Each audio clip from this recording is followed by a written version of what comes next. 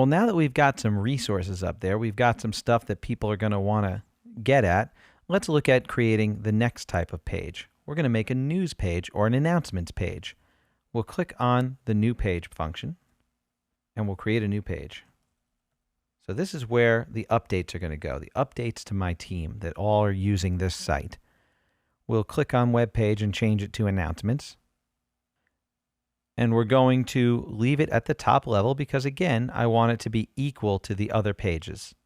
We'll hit create, and away we go. The great thing about this page is that it lets me do these news posts that people can subscribe to through an RSS feed. And also, it allows me to create these updates without having to edit my site. I go to this page, as long as I'm logged in Google, I don't have to go, okay, open the editor, pick a font, and do all that stuff and format it. Let's do a paragraph. I don't have to worry about it. I just click the new post button. Once I've picked it, I give the post a title, and then I give it some content. I've written a little note to my team about the site, and I'm ready to go. And if I want to, I can add files to this post, whatever I want to do. When I'm all set with this individual post, I hit save, and now that's going to be posted as a news update. And you'll look, it automatically created a subpage. It created a subpage called First Post. It created one with the name of this post. So these subpages will happen underneath news. If you don't want to see them, you can get rid of them. If I want to, I can create my second post. And anytime I want to, I just go to the news page, and then I can create another new post. So we'll make a second post.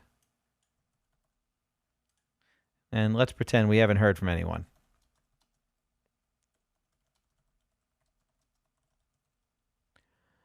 We'll start to get desperate in trying to communicate with them. And we'll save it. So now, after saving, it will automatically make my page the second post. And anytime people go to the news page, the newest one will appear on top. And if they're really long posts, they can go individually to that page and just see that post. People can comment on the post. It's like a regular blog type site. And it's so easy and quick to set up. So if they click on the news, then they'll see that. They'll see who posted it. You can give multiple people privileges to do so. And then if they click on the individual post, they can see the conversation going on about the post.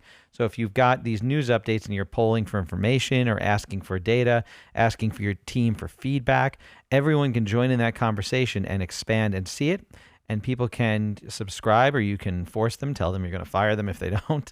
Force them to subscribe and get the updates anytime you have decided you've got something there. So rather than sending an email to the team, you're putting it in a place where you know even if they delete the email, they can go back and find it. So any new policies and things like that, anything that's going to happen company-wide that I want people to pay attention to, I will often put in this news page and expect that they're checking this on a regular basis.